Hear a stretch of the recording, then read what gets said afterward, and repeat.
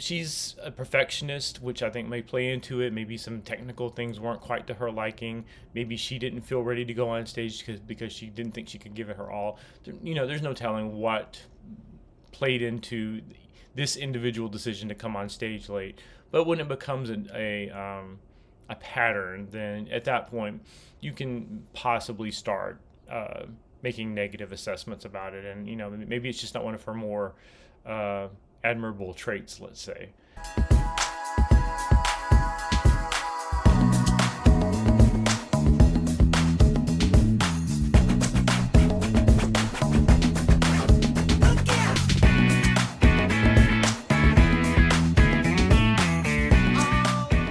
Hello, everyone. It's Micah. Welcome to our weekly wrap up for the week of January 20th, 2024. Let's get right into it. We're starting off with our number one single of the week for our second week in a row and a third non-consecutive week. Jack Harlow is at number one with his song Lovin' on Me. I reacted to that as part of my recent number one series, which I'm doing on, which day of the week is it? Tuesdays. I did that a few weeks back. You can go back and check out that reaction video, or check out any of the other reaction videos while you're at it. But there's definitely one for this one. It was one of my underviewed videos for sure, so we can get the views up on that one. I had a few things to say, and I love the song, and I can see why it's number one. It's super catchy. It has a dog in the video, so I mean, what more could you ask for? Not a lot of movement on the charts this week. We had big shakeup last week on the charts with all the Christmas records falling off with the end of the holiday season. Last week, Taylor Swift retook the number one spot with her re-recorded version of 1989. This week, Morgan Wallen reascends to the top of the chart with his smash album that was released last year. I think this is the album that was released last year, right? One Thing at a Time. So there's pretty much just some musical chairs going on in the top 10 because there's no new releases that are making a huge dent in the top of the charts at the moment. Congratulations again to Morgan. I also reacted to his video. His was actually the first reaction video I did on the channel, or the second. The second because it was the current.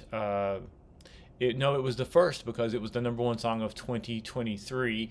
And it kicked off my reaction series for the number one songs of each year. So go back and check out that reaction video as well if you have a chance. And now on to the news for the week. Madonna was sued by two of her concert goers in New York who were disappointed and apparently outraged that she showed up 2 hours late for one of her shows. They say they had to get up early in the morning, as Dorothy Zbornak would say on the Golden Girls. And they took it all the way to court.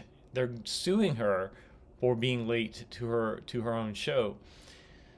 There's been a lot of debate on this. There was a clip. There was a segment on The View where they discussed this. It's been widely discussed, and there's a few different opinions that are floating around on this. I would say that there is some sort of an unwritten etiquette or lack of etiquette, if you want to look at it that way, among headliners, that they can pretty much show up on stage whenever they want to. Some people take more liberties with that arrangement than others do. A lot of times, especially I think more recently, I think headliners who don't have an opening act will take advantage of that to say, well, I can also show up late, and in place of the opening act, you guys will just sit in your seats, and I can still show up 2 hours after the start time for the show because that's when a headliner would usually come on anyway. So I think there's a little bit of that going on. But also, Madonna has a bit of a reputation, honestly, for showing up late to her shows. I don't know the statistics on whether that's a justified or fair assessment of her usual behavior at concerts. I know that there are some it's just because I'm more familiar with their concert schedules or their concert etiquette. There are a couple of ladies, notably Lauryn Hill and Erykah Badu, who have terrible track records with starting their shows on time. I experienced Erykah firsthand. That was, and it's no fun being kept waiting. But to take it all the way to court, maybe a bit much. But I think it's also a bit of a wake-up call, which might be part of what their intent was here. Well, maybe some easy money, but maybe just bringing attention to the fact that fans don't need to be disrespected in that way. If you have a show that the ticket says is starting at 8 p.m. or 9 p.m., then start the show, or at least have the courtesy to let the crowd know that there's been a delay for this reason or that reason. So tell me what you all think in the comments about this. Personally, I like Madonna, and just as a postscript on this, personally, I like Madonna, and I don't really hold it against her too much, but she's a perfectionist, which I think may play into it. Maybe some technical things weren't quite to her liking. Maybe she didn't feel ready to go on stage because she didn't think she could give it her all. There's no telling what played into this individual decision to come on stage late. But when it becomes a pattern, then at that point you can possibly start making negative assessments about it. And maybe it's just not one of her more admirable traits, let's say.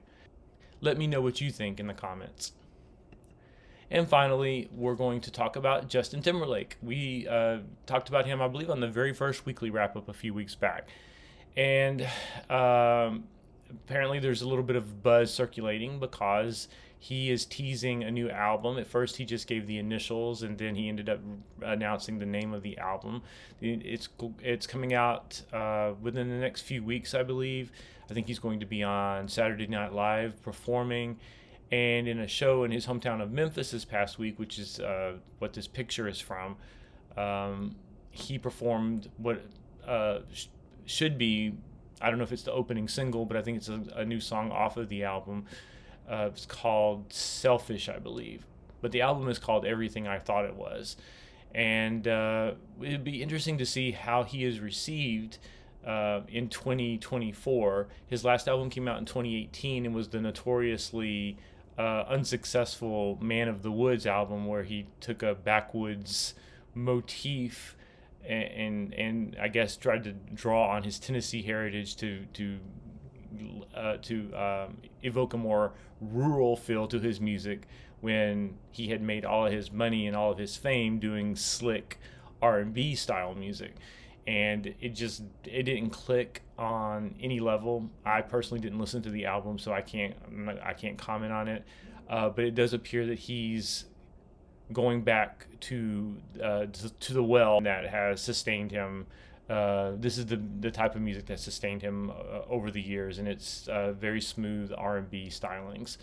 I think he is teaming up with Timberlake on this. Don't quote me on that, but I know that the single he did with Nelly Furtado and Timberlake that came out a month ago, it seems that he's reconnected and working with Timberlake again. I did listen to the performance of Selfish that somebody caught on YouTube. I did think it was interesting that it's only gotten 8,000 views, so maybe this buzz is not an actual thing, but just something the media outlets are picking up on to try to turn it into buzz. But the song is very nice, and it's a smooth R&B song. And between the name of the song, Selfish, and the name of the album, Everything I Thought It Was, it's giving me vibes of self-reflection, which is about the only way that Justin is going to redeem himself in the music world right now, or in the court of popular opinion, because he's taken a beating from a PR standpoint over the past couple of years, between the Britney Spears memoir and the continued attention that has been brought to his behavior at the 2004 Super Bowl that he performed in with Janet Jackson. So we'll see if this angle that he takes is going to work, if he can still work his magic. It's been about 10 years since he's really dominated the pop music conversation, so we'll see if he's up to it, and if he can recapture that magic. So this is the part of the weekly wrap up where I get personal and just talk about things about the channel, things that I'm up to, and my thoughts and feelings on things. This is the part where you can tune out. Yeah, my cat just stepped on me. Yeah, okay. So I mean, what better time to get personal than when the cat shows up? This has been really an experience. I've been doing this now for over a month.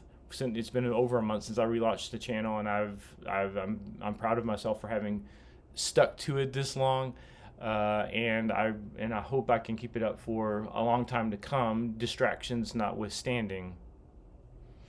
You're not a distraction, only when the camera's on. So I'm getting close to 2,000 views on the channel at this point, which are peanuts for most channels, but I'm very grateful for it, because it does portend a slow and steady building up of views and audience. I've gotten 17 new subscribers in the past 2 or 3 weeks, which is awesome. Of course, I want those numbers to go up more, but I appreciate any and all of you who are watching out there who subscribed. And I have found, quite interestingly, that my most highly viewed videos have been the 2 Taylor Swift reactions that I've done. No reason for me to be surprised there, but it did bring up an interesting proposal from one of the audience members, and that is that perhaps I should listen to and react to entire Taylor Swift albums. That is a very intriguing prospect, and I'm making no promises right now, but I'm looking at the possibility and would love to launch a series of reactions to her albums. He's really cheesing it up right now. So at any rate, I'm encouraged. I've got some new recording equipment, some new lighting. I don't know if I have it set optimally yet, but I am working on it week after week, and I want to make the technical aspect come together as much as possible as well. I appreciate all the support, all the views, all the comments, and meet me back here for the next weekly wrap up, exactly 1 week from today. In the meantime, be sure to like this video if you like it, and with him in here, how can you not like the video? Be sure to subscribe to the channel if you feel so inclined, and please remember to make music better.